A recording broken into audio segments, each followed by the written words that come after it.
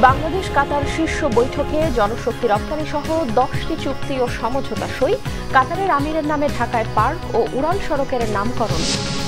তাপদাহের যন্ত্রণায় রাজধানী সহ সারা দেশে শ্রমজীবীদের দুর্ভোগ চরমে। বৃষ্টির জন্য দেশের বিভিন্ন স্থানে ইস্তিসকার নামাজ। সরকারকে হটাতে দেশে বিদেশে চক্রান্ত চলছে, ওবায়দুল কাদেরের মন্তব্য। রাজনৈতিক কারণে খালেদা জিয়াকে দণ্ড দেওয়ার বিষয়টি উঠে এসেছে মার্কিন প্রতিবেদনেও বললেন রিজভী। আরব আমিরাতের আল হামরিয়া বন্দরে সোমালিয়া জলদস্যুদের হাত থেকে মুক্ত জাহাজ এমভি আব্দুল্লাহ, কয়লা খালাস শুরু। দেখছিলেন বিআরবি কেবল সংবাদ শিরোনাম, এবারে বিস্তারিত। ব্যবসা বাণিজ্য, জনশক্তি রপ্তানি সহ নানা ক্ষেত্রে সহযোগিতা বাড়াতে 10টি চুক্তি ও সমঝোতা সই করেছে বাংলাদেশ ও কাতার। প্রধানমন্ত্রীর কার্যালয়ে কাতারের আমির শেখ তামিম ও প্রধানমন্ত্রী শেখ হাসিনার উপস্থিতিতে চুক্তি ও সমঝোতাগুলো সই হয়। পরে প্রধানমন্ত্রীর কার্যালয় থেকে ভিডিও কনফারেন্সে নিজের নামে রাজধানীর কালশিতে একটি পার্ক ও একটি উড়াল সড়কের নামকরণের উদ্বোধন করেন কাতারের আমির। রোকনুজ্জামানের রিপোর্ট। মধ্যপ্রাচ্যে বাংলাদেশের অন্যতম শ্রমবাজার কাতার। সেখানে কর্মরত প্রায় 4 লাখ বাংলাদেশি। আমদানির মাধ্যমে বাংলাদেশের জ্বালানি চাহিদার বড় অংশেরও যোগান দেয় কাতার। এমন সম্পর্কের মধ্যেই কাতারের আমির Sheikh Tamim bin Hamad Al Thani Dhaka সফরের দ্বিতীয় দিন সকালেই তিনি যান প্রধানমন্ত্রী কার্যালয়ে। বৈঠক হয় 2 শীর্ষ নেতার মধ্যে। প্রতিনিধি পর্যায়ে বৈঠক শেষে হয় চুক্তি সই। দ্বৈত কর পরিহার, সাগরপথে পরিবহন, পারস্পরিক বিনিয়োগ উন্নয়ন ও সুরক্ষা এবং যৌথ ব্যবসা পরিষদ গঠন সংক্রান্ত চুক্তিতে স্বাক্ষর করে 2 দেশ। সই হয় শ্রমশক্তি, বন্দর পরিচালনা, উচ্চশিক্ষা, বৈজ্ঞানিক গবেষণা, যুব ক্রিয়া ও কূটনৈতিক প্রশিক্ষণে সহযোগিতা সংক্রান্ত সমঝোতা স্মারক। পরে ঢাকায় কালশী বালুর মাঠে নির্মিতব্য পার্ক এবং ইসিবি চত্বর থেকে কালশী উড়াল সেতু পর্যন্ত সড়কটি শেখ তামিমের নামে নামকরণ করে বাংলাদেশ। প্রধানমন্ত্রী কার্যালয় থেকে ভিডিও কনফারেন্সের মাধ্যমে উদ্বোধন করেন কাতারের আমির। রোকনুজ্জামান, বাংলা ভিশন, ঢাকা। হিট স্ট্রোকে রাজধানীর গুলিস্তানে একজনের মৃত্যু হয়েছে। এদিকে চলমান তাপদাহে খেটে খাওয়া শ্রমজীবী মানুষের দুর্ভোগ চরমে। রাজধানীর বস্তিবাসী ও ছিন্নমূল মানুষের কষ্টের শেষ নেই। তীব্র গরমে কাজ করতে পারছেন না। বিদ্যুৎ সুবিধা বঞ্চিত এসব মানুষের এখন তাপমাত্রা কমার অপেক্ষা ছাড়া আর কোনো আশ্রয় নেই। মাইনুল শোভনের রিপোর্ট। প্রতিনিয়তই বিবর্ণ হচ্ছে ইটপাথরের নগরী। সবুজ উজাড় করে বাঁশ বিছার ছাড়াই গড়ে উঠছে একের পর এক ইমারত।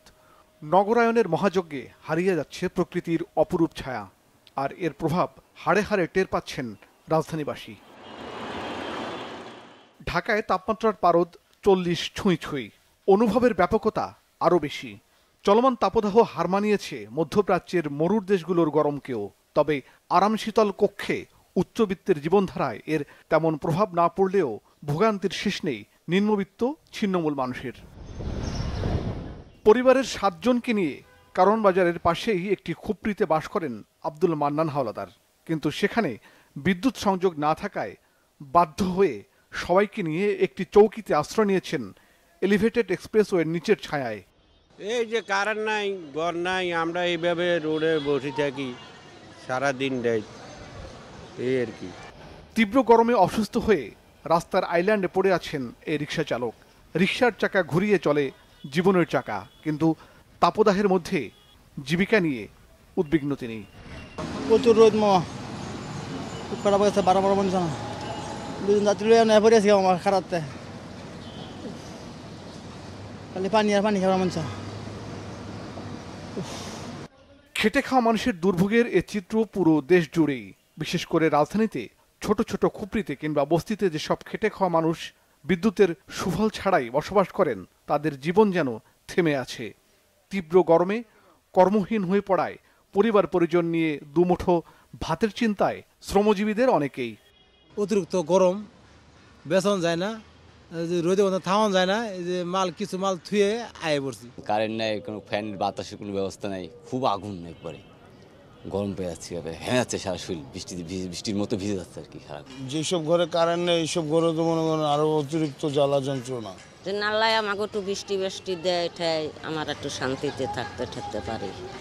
অতিরিক্ত গরম, শীত কিংবা বৃষ্টি যাই হোক, প্রকৃতির বৈরী আচরণে এসব মানুষের দুর্দশা বাড়ে। তাদের অভিযোগ, কষ্ট লাঘবে পাশে পাওয়া যায় না কাউকেই।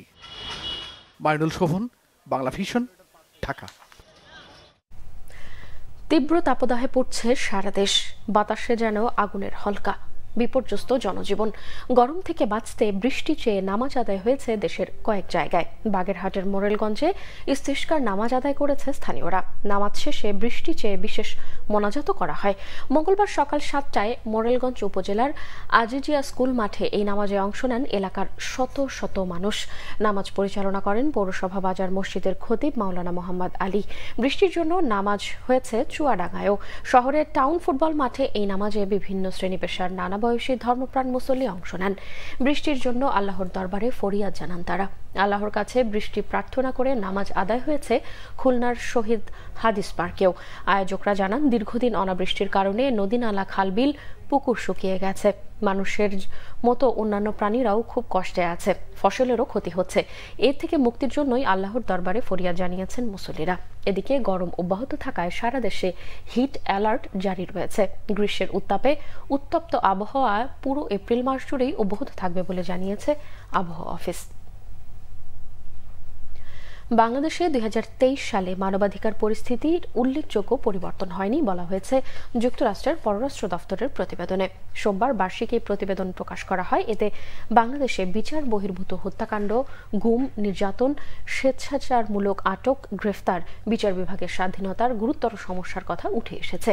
রাজনৈতিক বন্দী, মত প্রকাশ ও সংবাদ মাধ্যমের স্বাধীনতায় বাধা, শান্তিপূর্ণ সভা সমাবেশে হস্তক্ষেপ, রাজনৈতিক কর্মসূচিতে অযৌক্তিক বিধিনিষেধের খবর রয়েছে বলেও জানানো হয়। মার্কিন পররাষ্ট্র দফতর বলছে, মানবাধিকার লঙ্ঘনের ঘটনায় ব্যাপকভাবে দায়মুক্তি দেয়ার ঘটনাও রয়েছে। রিপোর্টে আরো বলা হয়, বেশিরভাগ ক্ষেত্রে মানবাধিকার লঙ্ঘনের ঘটনায় জড়িত থাকতে পারেন এমন কর্মকর্তা বা নিরাপত্তা বাহিনীর সদস্যদের শনাক্ত ও শাস্তি দিতে গ্রহণযোগ্য পদক্ষেপ নেয়নি সরকার।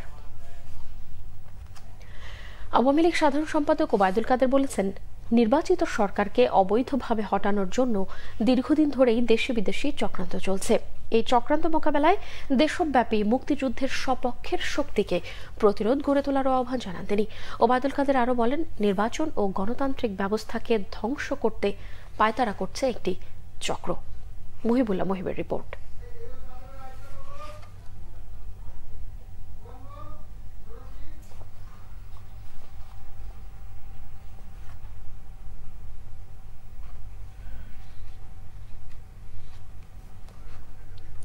দর্শক, আমরা রিপোর্টের জন্য একটু অপেক্ষা করছি।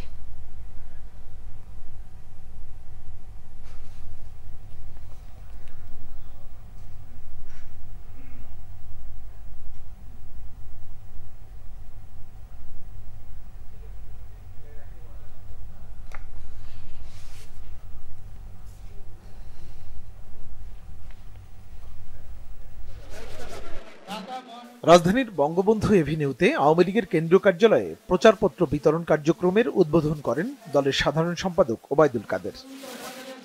এ সময় ওবায়দুল কাদের বলেন, উপজেলা নির্বাচনকে সামনে রেখে দেশের জনগণকে ভোটাধিকার প্রয়োগের আহ্বান জানিয়েছেন প্রধানমন্ত্রী শেখ হাসিনা। তার নির্দেশ বাস্তবায়নে জনসচেতনতা তৈরির পাশাপাশি যে কোনো ষড়যন্ত্র মোকাবেলায় ঐক্যবদ্ধ থাকার আহ্বান জানান তিনি। ষড়যন্ত্র আছে এবং নির্বাচিত সরকারকে অবৈধভাবে হটানোর চক্রান্ত দীর্ঘদিন ধরে আমরা লক্ষ্য করেছি। আমাদের নির্বাচন প্রক্রিয়া স্বচ্ছ থাকার পরও ভোটার উপস্থিতি সন্তোষজনক থাকার পরও অবিরাম আমাদের নির্বাচনের বিরুদ্ধে অপপ্রচার, মিথ্যাচার চালিয়ে যাচ্ছে। ওবায়দুল কাদের বলেন, গত 15 বছর ধরে গণতন্ত্র স্থিতিশীলতা ছিল বলেই বাংলাদেশে অবিশ্বাস্য উন্নয়ন হয়েছে।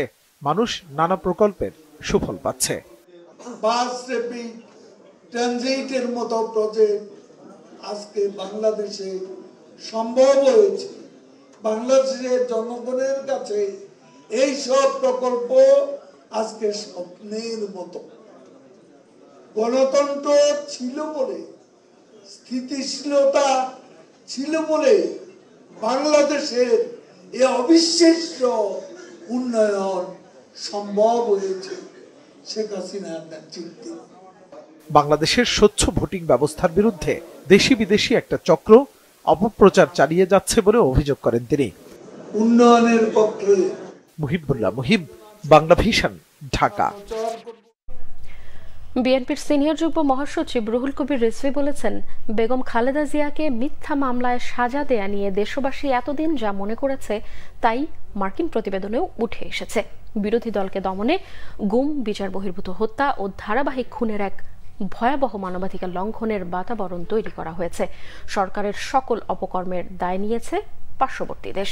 নয়াপল্টনে দলের কেন্দ্রীয় কার্যালয়ে সংবাদ সম্মেলনে রুহুল কবির রিজভী বলেন, বেগম খালেদা জিয়াকে রাজনীতি থেকে দূরে রাখার জন্যই যে রাজনৈতিক উদ্দেশ্যে মিথ্যা মামলায় সাজা দিয়ে বন্দী করা হয়েছে তা আজ দেশে বিদেশে সর্বজন নিবেদিত। যুক্তরাষ্ট্রের মানবাধিকার রিপোর্টেও সেটি উল্লেখ করা হয়েছে। বলা হয়েছে, বিরোধী নেতাকর্মীদের গ্রেফতার ও শান্তিপূর্ণ সভা সমাবেশে বাধা দেয়া সহ বিভিন্ন অবনশীল মানবাধিকার পরিস্থিতি তৈরি হয়েছে। বাংলাদেশিদের বিএসএফ এর নির্বিচারে হত্যা ও নির্যাতনের ঘটনারও তীব্র নিন্দা ও প্রতিবাদ জানান রুহুল কবির রিজভী। দেশনেত্রী বেগম খালেদা জিয়াকে রাজনীতি থেকে দূরে রাখার জন্যই যে রাজনৈতিক উদ্দেশ্যে মিথ্যা মামলা সাজা দিয়ে বন্দী করা হয়েছে তা আজ দেশ বিদেশে সর্বজন বিদিত। বেগম খালেদা জিয়া যাতে ইলেকট্রাল প্রসেসে নির্বাচনে অংশগ্রহণ করতে না পারেন, এই কারণেই এই ষড়যন্ত্র। যুক্তরাষ্ট্রের মানবাধিকার রিপোর্টেও সেটি উল্লেখ করা হয়েছে। রিপোর্টে বাংলাদেশের গুম, খুন, গুপ্ত হত্যা ও কারা নির্যাতন সহ ভয়াবহ মানবাধিকার লঙ্ঘন বিষয়ে গভীর উদ্বেগ প্রকাশ করা হয়। বাংলাদেশের সরকারের সকল অপকর্মের একমাত্র প্রোটেক্টর হিসাবে তারা একমাত্র ভারতকেই মনে করে। বিএসএফের নরহত্যার দায় দখলদার আওয়ামী সরকারের উপরেও বর্তায়। তাদের নতজানু নীতির কারণে বিএসএফ আশকারা পাচ্ছে, বর্গীর ভূমিকার বিরুদ্ধে টু শব্দ করতে পারে না। তীব্র তাপদাহে হাঁসফাঁস অবস্থা সাধারণ মানুষের। গরমে ডায়রিয়া সহ নানা রোগে আক্রান্ত হচ্ছে রাজধানীবাসী। দর্শক, এই মুহূর্তে রাজধানীর শিশু হাসপাতালে আছেন সিনিয়র রিপোর্টার মিরাজ হোসেন গাজী। সরাসরি যুক্ত হচ্ছি তার সাথে। মিরাজ, শিশু হাসপাতালের পরিস্থিতি কেমন দেখছেন এবং চিকিৎসকরা কি বলছেন?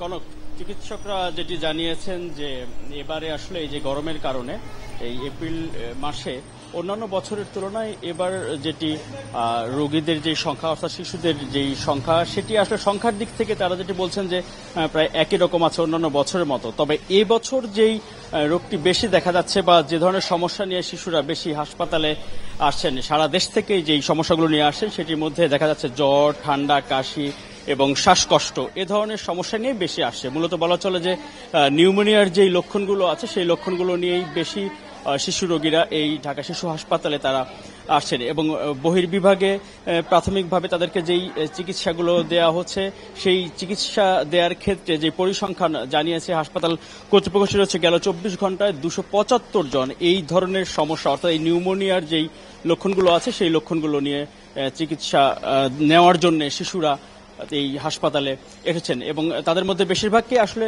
জরুরি বিভাগ থেকে চিকিৎসা দিয়ে এবং কিছু ব্যবস্থা পত্র দিয়ে বাসায় চিকিৎসা নেওয়ার জন্য বলা হয়েছে এবং অন্যান্য যাদের অবস্থা একটু জটিল তাদেরকে আবার ভর্তিও নেওয়া হয়েছে। তবে এবছর রোগীর সংখ্যার চেয়ে এবার রোগীর ধরন যেটি আছে সেটি হচ্ছে যে এই গরমের কারণে প্রচন্ড গরমে শিশুরা যেহেতু ঘেমে যাওয়ার কারণে তাদের নিউমোনিয়া এবং ঠান্ডা, জ্বর, কাশি এবং শ্বাসকষ্ট দেখা যাচ্ছে বেশিরভাগ রোগীর। এছাড়াও ডায়রিয়া সহ অন্যান্য যেই সিমটম বা যেই লক্ষণগুলো আছে শিশুদের সেই রোগীরাও কিন্তু একই রকমই আছে এবং এই শিশু হাসপাতালে আমরা নিউমোনিয়া ওয়ার্ডে গিয়েছিলাম, সেখানেও দেখেছি যে অধিকাংশ শিশুরা এবং তাদের অভিভাবকরা যেটি জানাচ্ছিলেন যে শিশুদের আসলে গরমের কারণেই ঘাম থেকে আসলে তাদের প্রাথমিকভাবে জ্বর, ঠান্ডা, কাশি থেকে পরবর্তীতে নিউমোনিয়ার দিকে রূপ নেয় এবং তাদেরকে আসলে দীর্ঘমেয়াদী চিকিৎসা দিতে হচ্ছে যারা ভর্তি হয়েছেন।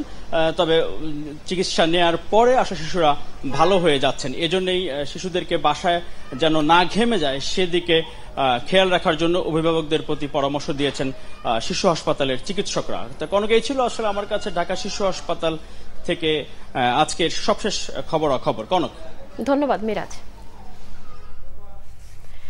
সেনাবাহিনীর যৌথ অভিযান অব্যাহত থাকায় বান্দরবানের থানচি, রোমা ও বংছড়ি এই 3 উপজেলায় নির্বাচন স্থগিত করেছে নির্বাচন কমিশন। উপজেলা নির্বাচনকে সামনে রেখে ইসির সঙ্গে আন্তঃমন্ত্রণালয়ের সমন্বয় সভায় এই সিদ্ধান্ত হয়।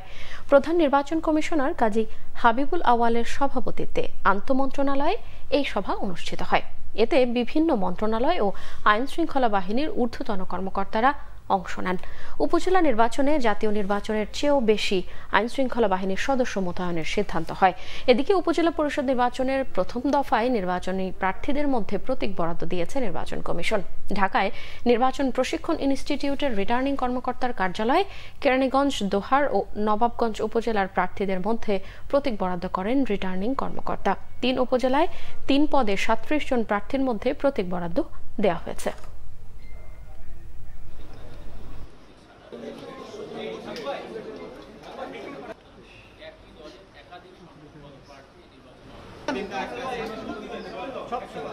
পার্বত্য জেলা বান্দরবনের 3টি উপজেলা যথা থানচি, রুমা এবং রোয়াংছড়িতে আমাদের বাংলাদেশ সেনাবাহিনী, পুলিশ, বিজিবি, র্যাব এবং অন্যান্য বাহিনীর সময়ের যৌথ অপারেশন চলমান রয়েছে। তাই এই অপারেশন চলমান থাকায় গোয়েন্দা সংস্থা সময়ের সুপারিশের ভিত্তিতে নির্বাচন কমিশন এই 3টি উপজেলা নির্বাচন পরবর্তীতে অনুষ্ঠান করবেন মর্মে সিদ্ধান্ত গৃহীত হয়েছে। একটি রাজনৈতিক সিদ্ধান্তকে আপনি নির্বাচন কমিশনের সিদ্ধান্তের সাথে একত্রীভূত করার কোনো সুযোগ নেই। এই সিদ্ধান্তের কারণে আপনাদের ভোটটা ভালো হবে কিনা যে আপনাদের আমরা চাই অধিক সংখ্যক পদপ্রার্থী আসবে। আমরা আইনশৃঙ্খলা রক্ষাকারী বাহিনী, জনপ্রশাসন সমন্বিতভাবে একটি সুষ্ঠু নির্বাচন আয়োজন করবে। যত প্রতিদ্বন্দ্বী প্রার্থী আসবে স্থানীয় সরকারের নির্বাচন তত সুষ্ঠু হবে বলে আমি ব্যক্তিগতভাবে মনে করি। সংযুক্ত আরব আমিরাতের আল হামরিয়া বন্দর জেটিতে কয়লা খালাস করছে সোমালিয়া জলদস্যুদের হাত থেকে মুক্ত বাংলাদেশি জাহাজ এমভি আব্দুল্লাহ। কেএসআরএম গ্রুপের উপব্যবস্থাপনা পরিচালক শাহরিয়ার জাহানের নেতৃত্বে বাংলাদেশ থেকে যাওয়া একটি দল নাবিকদের সাথে জেটিতে শুভেচ্ছা বিনিময় করেছেন। রবিবার জাহাজটি হামরিয়া বন্দরে বহিনোঙ্গর করে। 33 দিনের জিম্মি দশা থেকে 13 মার্চ শনিবার রাতে জাহাজটি মুক্ত হয়। 8 দিনের মাথায় জাহাজটি আমিরাতের আল হামরিয়া বন্দরে পৌঁছায়। জাহাজ মালিকের প্রতিষ্ঠান এসআর শিপিং এর প্রধান নির্বাহী কর্মকর্তা মেহেরুল করিম জানান, এমভি আব্দুল্লাহর 21 নাবিক ওই জাহাজেই দেশে ফিরবেন, আর বাকি 2 জন নাবিক ফিরবেন বিমানে। গত 12 মার্চ মোজাম্বিকের মাপুতো বন্দর থেকে 55,000 টন কয়লা নিয়ে আরব আমিরাতের আল হামরিয়া বন্দরে যাওয়ার পথে জলদস্যুদের কবলে পড়েছিল জাহাজটি। সংবাদ শেষ করব বিআরবি কেবল শিরোনামগুলো আরো একবার জানিয়ে।